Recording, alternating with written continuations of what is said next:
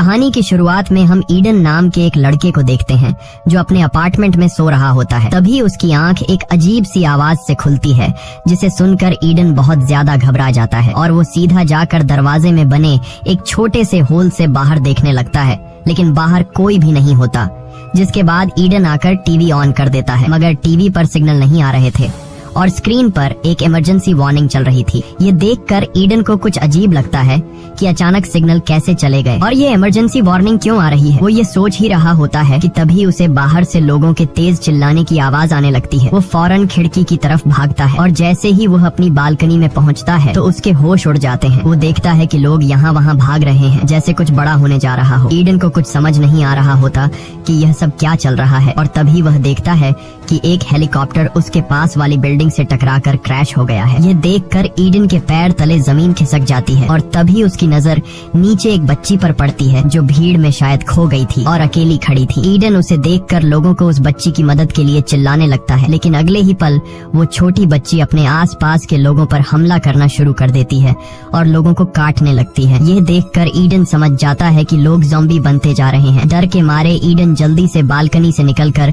अपने अपार्टमेंट में घुस जाता है और तभी वहाँ एक आदमी ईडन के घर आता है, जिसे देखकर ईडन बहुत ज्यादा डर जाता है क्योंकि ईडन समझ रहा था कि यह भी ज़ॉम्बी है। दरअसल ये ईडन का पड़ोसी होता है और वह ईडन को बताता है कि डरो मत, मैं ज़ॉम्बी नहीं हूँ। वह कहता है कि मेरे सभी दोस्त ज़ॉम्बी बन गए हैं और उन्होंने मुझ पर हमला कर दिया था, लेकिन मैं उनसे खुद को बचाते हुए तुम्हारे घर में घुस गया। इसके बाद ईडन का पड़ोसी बाथरूम का पूछता है। ईडन उसे बाथरूम का रास्ता बता देता है और जब वह बाथरूम की तरफ जा रहा होता है तब ईडन उसकी गर्दन पर ज़ॉम्बी के काटने का निशान देख लेता है, जिसे देखकर ईडन समझ जाता है कि इसका पड़ोसी अब जल्द ही ज़ॉम्बी बनने वाला है। इसलिए ईडन अपनी सेफ्टी के लिए एक चाकू उठा लेता है। कुछ देर बाद ईडन का पड़ोसी बाथरूम से होकर आता है और वह ईडन के हाथ में चाकू देखकर समझ जाता है कि ईडन मुझे ज़ॉम्बी समझकर मारने वाला है। तब वह ईडन से कहता है कि देखो, मैं ज़ॉम्बी नहीं हूँ। यह कहते ही उसकी आंखें बदलने लगती हैं और यह देखकर ईडन समझ जाता है कि इस पर वायरस का असर होने लगा है। तब ईडन अपने पड़ोसी से कहता है कि मेरे घर से निकलो, नहीं तो मैं तुम्हें मार दूंगा। अब न चाहते हुए भी ईडन का पड़ोसी उसके घर से निकल जाता है। जब ईडन दरवाजे के होल से देखता है तो वहाँ मौजूद ज़ॉम्बी ईडन के पड़ोसी पर टूट पड़ते हैं। यह देखकर ईडन बहुत ज्यादा घबरा जाता है और वह जल्दी से दरवाजे को अच्छी तरह से लॉक कर देता है। कुछ देर बाद जब थोड़ी शांति होती है तो वो न्यूज रिपोर्ट सुनता है जो इस इन्फेक्शन के बारे में बता रहे होते हैं। रिपोर्टर बताती है कि यह वायरस पूरे शहर में फैल चुका है, इसलिए जो कोई भी इस वायरस से इन्फेक्टेड नहीं हुआ है उसे चाहिए कि वह बाहर बिल्कुल भी न निकले और अपने घर की सभी खिड़कियां और दरवाजे बंद करके अपने घर में रहे। यहाँ ईडन अपनी फैमिली को कॉल करने की कोशिश करता है, लेकिन सारी लाइनें बिजी होती हैं। जब वह अपनी मैसेज बॉक्स चेक करता है तो उसे अपने पेरेंट्स के कुछ मैसेज मिलते हैं। ईडन के पेरेंट्स ने मैसेज में लिखा था कि पूरे शहर में ज़ॉम्बी फैल चुके हैं, जिस वजह से हमें तुम्हारे पास आने में टाइम लगेगा, इसलिए तुम घर से बाहर बिल्कुल भी मत निकलना और हमारा इंतजार करना। इस तरह से शाम हो जाती है। ईडन अपनी बालकनी में बैठकर बाहर का नजारा देखने लगता है। बाहर पूरा शहर वीरान हो चुका था और हर जगह आग लगी हुई थी। ये सब देखकर ईडन पूरी तरह से टूट जाता है और वो सोचने लगता है कि इस तरह के हालात में आखिर वो अकेले कैसे जिंदा रहेगा। अब ईडन इन मुश्किल हालात में सरवाइव करने के लिए वो अपने पूरे अपार्टमेंट में छोटे छोटे मोटिवेशनल नोट्स लगा देता है, ताकि इन नोट्स को देखकर उसे हिम्मत मिलती रहे, और वो मिरर पर डे 1 लिख देता है। ईडन को पता चल जाता है कि यह ज़ॉम्बी वायरस कई महीनों तक भी चल सकता है, इसलिए वह इन मुश्किल हालात में घर में अपने लिए एक सेफ जगह बना लेता है ताकि वो हर आने वाले खतरे के लिए तैयार रहे।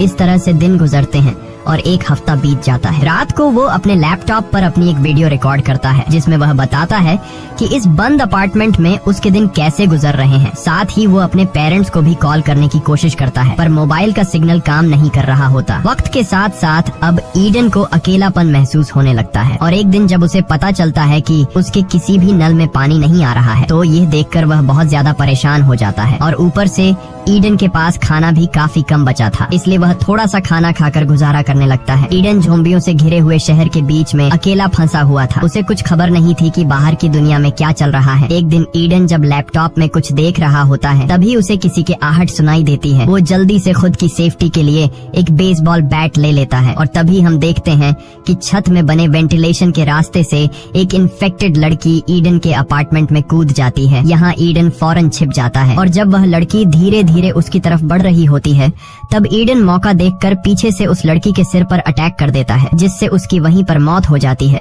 जिसके बाद ईडन जल्दी से जाकर एक सर्फ बोर्ड से उस रास्ते को बंद कर देता है ताकि यहाँ से दूसरा कोई ज़ॉम्बी अंदर न आ सके। इस तरह से दिन गुजरते हैं और ईडन जैसे तैसे करके जिंदा रहने की जंग लड़ रहा होता है। एक दिन जब वह अपनी एक और रिकॉर्डिंग कर रहा होता है, उसे अपने फोन की घंटी सुनाई देती है। वो जल्दी से फोन उठा लेता है और देखता है कि उसकी माँ का एक वॉइस मैसेज आया है। उसकी माँ बताती है कि हम लोग शहर के काफी करीब आ चुके हैं और कुछ ही घंटों में तुम्हारे पास पहुँचने वाले हैं। इससे पहले कि ईडन की माँ अपनी बात पूरी कर पाती, तभी उन्हें कुछ इन्फेक्टेड लोग घेर लेते हैं। ईडन वॉइस मैसेज के आखिरी कुछ सेकंड्स में अपने माँ बाप की चीखें सुनता है और फिर मैसेज बंद हो जाता है। ये सब सुनकर ईडन समझ जाता है कि उसके पेरेंट्स अब मर चुके हैं। ईडन बहुत ज्यादा रोने लगता है क्योंकि अब उसके पास जीने की कोई वजह नहीं थी। वह एक बेसबॉल बैट उठाकर यहाँ से भागने का प्लान बनाता है। घर से बाहर निकलते ही उसे ढेर सारे इन्फेक्टेड लोग दिखाई देते हैं। तभी उसकी नजर अपने पड़ोसी पर पड़ती है जो अभी तक जिंदा था, लेकिन वह बुरी तरह से घायल था, जिस वजह से वह ईडन पर हमला नहीं कर सकता था। इसके बाद ईडन बिल्डिंग से बाहर निकलने का कोई रास्ता ढूंढने की कोशिश करता है, लेकिन उसे कोई रास्ता नहीं मिलता क्योंकि हर एक जगह ज़ॉम्बी खड़े थे, जिसे देखकर ईडन समझ जाता है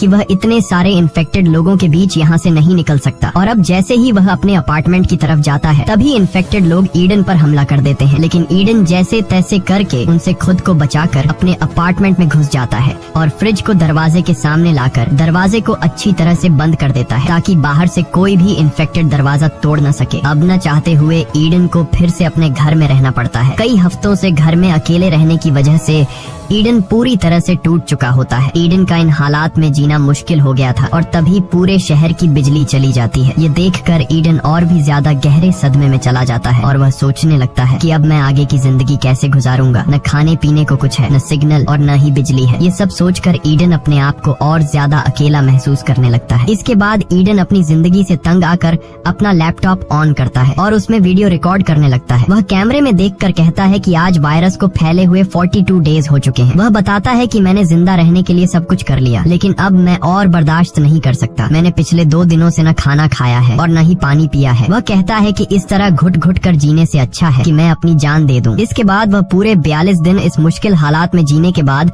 सब कुछ खत्म करने का फैसला करता है और जैसे ही वह खुद को लटकाने वाला होता है, तभी उसकी नजर सामने एक बिल्डिंग पर जाती है जहाँ उसे एक लड़की दिखाई देती है। इतने दिनों बाद लड़की को देखकर ईडन एकदम शॉक रह जाता है और ईडन को जीने की एक नई उम्मीद मिल जाती है। पर तभी उसका पांव चेयर से स्लिप हो जाता है और वो तड़पने लगता है। लकीली रस्सी टूट जाती है और ईडन की जान बच जाती है। उसके बाद ईडन फौरन खिड़की के पास जाकर उस लड़की को गौर से देखने लगता है। एक जिंदा लड़की को देखकर उसे अपनी आंखों पर यकीन नहीं हो रहा था, क्योंकि वह पिछले 42 दिनों बाद किसी इंसान को देख रहा था। तभी वो लड़की भी ईडन को देख लेती है, लेकिन वो लड़की जल्दी से विंडो का पर्दा बंद कर देती है क्योंकि वो उसे ज़ॉम्बी समझने लगी। अगले दिन ईडन खिड़की के पास जाता है जहाँ वह उस लड़की को फिर से देखता है। अब इससे पहले कि वह लड़की फिर से ईडन को ज़ॉम्बी समझकर छिप जाती, ईडन जल्दी से एक पेपर पर हाई लिखकर उसकी तरफ हाथ हिलाता है। ये देखकर वो लड़की समझ जाती है कि ईडन कोई ज़ॉम्बी नहीं बल्कि इंसान है और वो लड़की ये देखकर काफी खुश हो जाती है। उसके बाद ईडन एक पेपर के जरिए उस लड़की को अपना नाम बताता है। ये देखकर वो लड़की भी अपना नाम एवा बता देती है। एवा ईडन से पूछती है कि क्या तुम्हारे पास खाने पीने को कुछ है। तब ईडन उसे बताता है कि मेरे पास खाने को तो कुछ नहीं है, लेकिन पीने के लिए ढेर सारा पानी है। उसके बाद एवा देखती है कि उसके घर के दरवाजे के पास ज़ॉम्बी आ चुके हैं, जिस वजह से एवा पर्दा बंद करके जाने लगती है। लेकिन जाने से पहले ईडन पेपर पर लिखकर एवा से पूछता है कि क्या कल भी हम इस तरह से बात कर सकते हैं,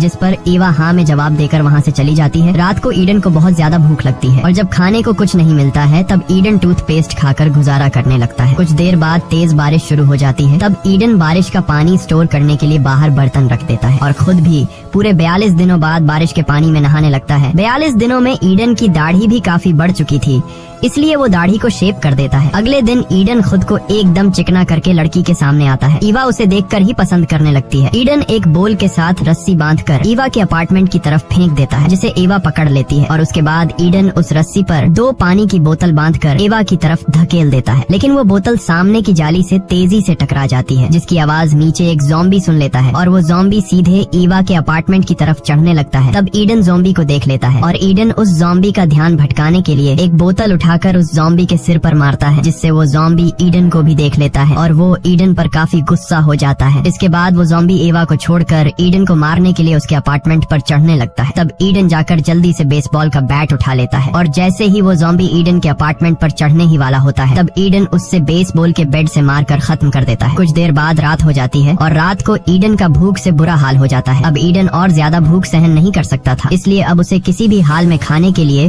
कुछ ढूंढना होगा। जिसके बाद वह पड़ोसी के घर में जाकर खाना पीना ढूंढने का फैसला करता है और जैसे ही वह अपने अपार्टमेंट से बाहर निकलता है तो उससे सामने अपने पड़ोसी की लाश दिखाई देती है। जिसके बाद ईडन अपने पड़ोसी के पॉकेट चेक करता है तो उसे पड़ोसी की जेब में उसके घर के चाबियों का गुच्छा मिल जाता है और तभी उसे कुछ ज़ॉम्बियों के आने की आवाज सुनाई देती है। अब ईडन बुरी तरह से फंस चुका था, वो उन ज़ॉम्बियों से भाग भी नहीं सकता था। लेकिन यहाँ ईडन समझदारी से काम लेते हुए अपनी पड़ोसी की लाश के साथ लेट जाता है और एक लाश होने का नाटक करता है। ईडन का यह चालाकी काम कर जाता है और सभी ज़ॉम्बी उसके ऊपर से होते हुए आगे निकल जाते हैं। जिसके बाद ईडन धीरे धीरे अपने पड़ोसी के घर के अंदर घुस जाता है। घर के अंदर घुसते ही वह देखता है कि सामने बेड पर एक लड़की लेटी हुई है, लेकिन ईडन उसके करीब जाने से डर रहा होता है, इसलिए ईडन पहले उसके ऊपर हेलमेट गिरा देता है, यह देखने के लिए कि यह लड़की जिंदा है या फिर मर गई है। लेकिन वह लड़की हेलमेट लगने के बाद भी नहीं हिलती, जिसे देखकर ईडन समझ जाता है कि यह लड़की मर चुकी है। उसके बाद ईडन सीधे किचन की तरफ जाता है, जहाँ उसे थोड़ा बहुत खाना मिल जाता है और ईडन जब घर की ओर जांच-बीन करने लगता है तब उसे जरूरत का ढेर सारा सामान मिल जाता है, जिससे ईडन एक बोरी में भरकर उठाता है और जैसे ही ईडन वहाँ से निकलने वाला होता है तभी एक इन्फेक्टेड उस पर हमला कर देता है। अब उससे पहले कि वह इन्फेक्टेड ईडन को काट पाता तभी ईडन एक टेबल लैंप से ज़ॉम्बी के सिर पर वार करता है, लेकिन इस वार से उस ज़ॉम्बी का ज्यादा कुछ बिगड़ नहीं पाता और अब भी वह ईडन पर हमला करने लगता है। तब ईडन आइस एक्स का इस्तेमाल करके उस इन्फेक्टेड को हमेशा के लिए खत्म कर देता है। इसके बाद जब वो बाहर निकलता है तो वो देखता है कि बाहर कई सारे ज़ॉम्बी खड़े हैं, जहाँ ईडन धीरे धीरे उन ज़ॉम्बी से बचते हुए अपने अपार्टमेंट में घुस जाता है। घर आते ही वो जल्दी से अपने कपड़े उतार देता है और अपनी बॉडी को चेक करने लगता है कि कहीं मुझे ज़ॉम्बी ने तो काटा नहीं है, लेकिन उसकी बॉडी पूरी तरह से सेफ थी। ये देखकर ईडन खुश हो जाता है। इसके बाद वो पड़ोसी के घर से लाए बैग को चेक करता है, जिसमें उसे 2 वॉकी टॉकी मिलती हैं, जिसे देखकर ईडन फैसला कर लेता है कि इनमें से एक वॉकी टॉकी वो ईवा को दे देगा ताकि ईवा मेरे साथ कांटेक्ट कर सके। इसके बाद ईडन अपने कपड़ों से एक रस्सी बनाकर बालकनी से नीचे उतरने लगता है। जैसे ही वो जमीन पर पहुंचता है ईडन चुपचाप आगे बढ़ने की कोशिश करता है। ईडन के आसपास ढेर सारे ज़ॉम्बी खड़े होते हैं। तब ईडन चुपके से एक वॉकी टॉकी ईवा के अपार्टमेंट में फेंक देता है, जिसकी आवाज इन्फेक्टेड लोग सुन लेते हैं और वो इन्फेक्टेड ईडन के पीछे लग जाते हैं। ईडन जल्दी से एक बालकनी पर चढ़कर छिप जाता है। रात का अंधेरा होने की वजह से वो ज़ॉम्बी ईडन को देख नहीं पाते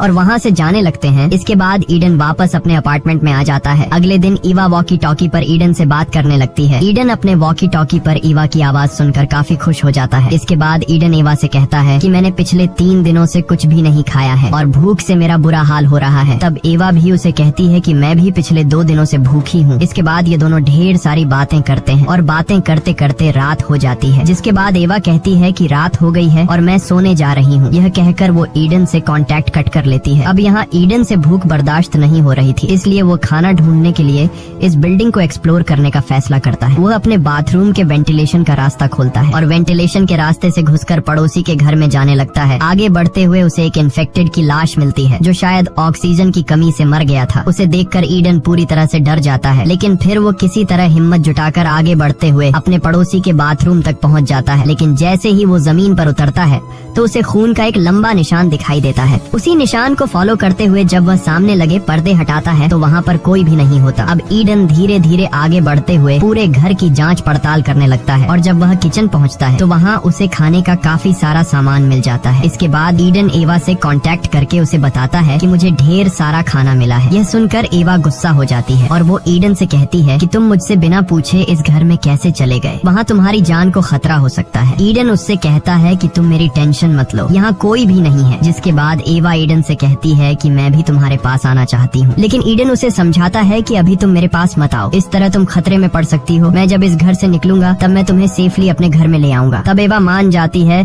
और ईडन से कहती है कि अपना ख्याल रखना। ईडन को अब खाना मिल चुका था, इसलिए वह वापस अपने अपार्टमेंट में जाने का सोचता है, पर तभी उसकी नजर सामने की दीवार में बने एक बड़े होल पर पड़ती है और जब वह उस सुरंग के करीब जाता है तो वहाँ उसे किसी के आसपास होने का एहसास होता है। ईडन जैसे ही पीछे मुड़ता है तो उसके पीछे एक बूढ़ा आदमी खड़ा होता है जिसके हाथ में एक नुकीला भाला होता है। ये दोनों एक दूसरे को देखने के बाद समझ जाते हैं कि ये दोनों ज़ॉम्बी नहीं हैं। जिसके बाद वो बूढ़ा आदमी अपना हथियार नीचे कर लेता है और वो ईडन से पूछता है कि तुम यहाँ क्या कर रहे हो, जिस पर ईडन जवाब देता है कि मैं यहाँ बस खाना ढूंढने के लिए आया था। तब वो ईडन से पूछता है कि तुम वॉकी टॉकी पर किससे बात कर रहे थे। यहाँ ईडन झूठ बोलता है कि मैं अकेले ही खुद को मोटिवेट करने के लिए बात कर रहा था। अब यहाँ वो बूढ़ा आदमी ईडन के साथ काफी अच्छे से पेश आता है और ईडन से कहता है कि तुम जितना चाहो खाना ले सकते हो। यहाँ वो बूढ़ा आदमी ईडन को प्लेट में खाने के लिए कुछ देता है। कई दिनों से भूखा होने की वजह से ईडन भी बिना कुछ सोचे समझे उसे खाने लगता है। कुछ देर बाद वो बूढ़ा आदमी ईडन से कहता है कि अलमारी से मेरे लिए एक बोतल उठा कर दो। लेकिन जैसे ही ईडन बोतल उठाने के लिए मुड़ता है तभी पीछे से वो बूढ़ा आदमी बेसबॉल के बैट से उसके सिर पर वार करता है,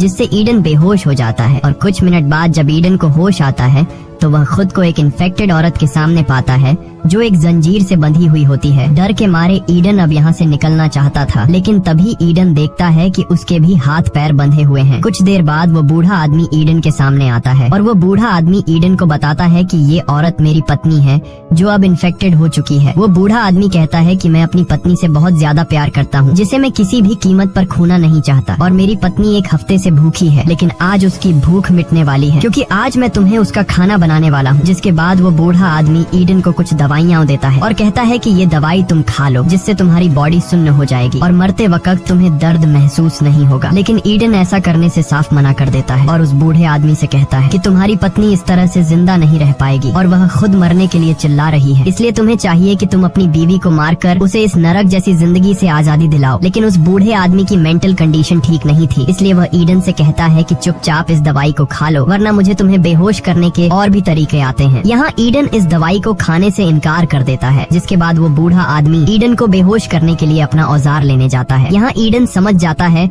कि अगर मैंने अभी कुछ नहीं किया तो जल्द ही मैं मारा जाऊंगा, इसलिए वह जैसे तैसे करके खुद को छुड़ा लेता है और दरवाजे के पीछे छिप जाता है। अब जैसे ही वो बूढ़ा आदमी ईडन को मारने के लिए आता है तब ईडन बड़ी चालाकी से उस बूढ़े आदमी को पकड़कर उसी की पत्नी के पास धकेल देता है, जिसके बाद उस बूढ़े आदमी की अपनी पत्नी उस पर हमला कर देती है और उसे काटने लगती है। यहाँ ईडन उन दोनों को अंदर छोड़कर कमरे का दरवाजा बंद कर देता है और अपना सामान पैक करके अपने अपार्टमेंट की तरफ निकल पड़ता है। तब एवा वॉकी टॉकी के जरिए उसे बताती है कि मेरे अपार्टमेंट में इन्फेक्टेड लोग घुस चुके हैं। यह सुनकर ईडन जल्दी से एवा को बचाने के लिए उसके अपार्टमेंट की तरफ जाने लगता है। ईडन जब अपने अपार्टमेंट की बालकनी पर जाता है तो उसे सामने एवा दिखाई देती है। वो देखता है कि एवा बालकनी में फंस चुकी है और उसके पास अब निकलने का कोई रास्ता नहीं बचा। अब यहाँ ईडन एवा को बचाने के लिए चादरों से बनी रस्सी का इस्तेमाल करके नीचे उतरने की कोशिश में नीचे गिर जाता है और तभी एक इन्फेक्टेड उस पर हमला करने के लिए उसकी तरफ दौड़ता है। अब ईडन खुद को बचाने के लिए शॉटगन उठाकर उस इन्फेक्टेड को मार देता है, लेकिन गोली की आवाज बिल्डिंग में मौजूद ढेर सारे इन्फेक्टेड लोग सुन लेते हैं और वो इन्फेक्टेड ईडन को मारने के लिए ऊपर बिल्डिंग से कूदने लगते हैं। अब यहाँ ईडन खुद को बचाने के लिए सीधा ईवा के अपार्टमेंट की तरफ दौड़ता है, जहाँ ईवा भी ऊपर से उसके लिए चादरों से बनी एक रस्सी फेंकती है। ईडन अब इस रस्सी के सहारे ऊपर चढ़ने लगता है, लेकिन तभी एक इन्फेक्टेड भी उस रस्सी को पकड़कर ईडन के पीछे चढ़ने लगता है। अब यहाँ ईडन समझदारी से काम लेते हुए एक अपार्टमेंट की बालकनी में छलांग लगाता है और जल्दी से एक चाकू की मदद से रस्सी काट देता है, जिससे वह इन्फेक्टेड काफी ऊंचाई से नीचे गिरकर मर जाता है। अब यहाँ ईवा भी नीचे ईडन के पास कूद जाती है और अब ये दोनों मिल चुके थे। ईडन ईवा से कहता है कि यहाँ रहना ठीक नहीं है, अगर हम यहाँ रहे तो जल्दी ही इन्फेक्टेड हमें पकड़ लेंगे। जिसके बाद ये दोनों इस जगह से निकलने के लिए आगे बढ़ते हैं और ज़ॉम्बी से लड़ने के लिए तैयार हो जाते हैं। जब ये दोनों अपार्टमेंट के दरवाजे तक पहुँचते हैं तब ये दोनों समझदारी से काम लेते हुए दरवाजा खोलकर दरवाजे के पीछे छिप जाते हैं। दरवाजा खुलते ही कुछ इन्फेक्टेड लोग उन्हें बिना देखे गुस्से में अपार्टमेंट के अंदर आ जाते हैं और ये दोनों मौके का फायदा उठाते हुए वहाँ से निकल जाते हैं। यहाँ ईडन इस अपार्टमेंट के दरवाजे का लॉक भी तोड़ देता है ताकि जो ज़ॉम्बी इन दोनों को मारने के लिए अपार्टमेंट के अंदर घुसे थे वे दोबारा उन्हें मारने के लिए बाहर न आ सके। अब ये लोग यहाँ से तो बचकर निकल जाते हैं, लेकिन रास्ते में एक और ज़ॉम्बी ईडन पर अटैक कर देता है। यहाँ इन दोनों के बीच काफी देर तक फाइट होती है और आखिर में ये दोनों सीढ़ियों से नीचे गिर जाते हैं। यहाँ एवा हिम्मत जुटाकर उस इन्फेक्टेड को मार देती है। अब ये दोनों फिर से अपने अपार्टमेंट की तरफ बढ़ने लगते हैं और रास्ते में कई इन्फेक्टेड को मार डालकर आगे बढ़ते हैं। अब ईडन अपने अपार्टमेंट के काफी करीब आ चुका होता है और जैसे ही ये दोनों अपने अपार्टमेंट में घुसने वाले होते हैं कि तभी पीछे से एक बहुत ही ताकतवर इन्फेक्टेड आ जाता है। यहाँ ईडन अपनी जान की परवाह किए बिना ईवा को अपार्टमेंट के अंदर कर देता है और खुद उस ताकतवर इन्फेक्टेड से लड़ने लगता है। कुछ देर बाद ईडन घबराते हुए अपार्टमेंट अपार्टमेंट के अंदर आता है और दरवाजे को लॉक करके अलमारी को दरवाजे के सामने लगा देता है ताकि इन्फेक्टेड दरवाजा न तोड़ सके। अब यहाँ ईडन एवा को खुद से दूर रहने के लिए कहता है और उसे बेसबॉल का बैट पकड़ाकर कहता है कि मुझे मार डालो क्योंकि मैं इन्फेक्टेड हो चुका हूँ। जल्द ही मैं अपने आप पर कंट्रोल खो दूंगा और मैं नहीं चाहता कि इन्फेक्टेड होने के बाद कहीं मैं तुम्हें नुकसान न पहुँचा दूं, इसलिए तुम्हें मुझे मारना होगा। लेकिन एवा ऐसा करने से मना कर देती है क्योंकि ईडन ने उसे बचाने के लिए अपनी जान खतरे में डाल दी थी। अब जब एवा ईडन को मारने से मना कर देती है तब ईडन बिल्डिंग से कूदकर खुद की जान लेने का फैसला करता है। यहाँ ईडन एवा से कहता है कि तुम वेंटिलेशन के रास्ते से होते हुए मेरे पड़ोसी के घर चले जाना जहाँ तुम्हें ढेर सारा खाना मिलेगा। अब यहाँ कूदने से पहले ईडन जब अपनी शर्ट उतारता है और अपनी बॉडी को चेक करने लगता है तब उसे अपनी बॉडी पर किसी भी तरह का काटने का निशान नजर नहीं आता, यानी कि उसको ज़ॉम्बी ने नहीं काटा था। ये देखकर उसकी खुशी का ठिकाना नहीं रहता, जिसके बाद ये दोनों एक दूसरे को गले लगाते हैं और ये दोनों अब एक साथ मिलकर तब तक इस बिल्डिंग में सरवाइव करने का फैसला करते हैं जब तक ये ज़ॉम्बी वायरस खत्म नहीं हो जाता। मूवी के एंड में हमें टीवी पर दिखाया जाता है कि गवर्नमेंट ने इस वायरस का वैक्सीन ढूंढ लिया है और अब जल्दी ही हालात फिर से नॉर्मल हो जाएंगे। इसी के साथ ये कहानी खत्म हो जाती है। अगर आपको ये वीडियो अच्छी लगी हो तो हमारे चैनल को सब्सक्राइब और वीडियो को लाइक जरूर कीजिएगा।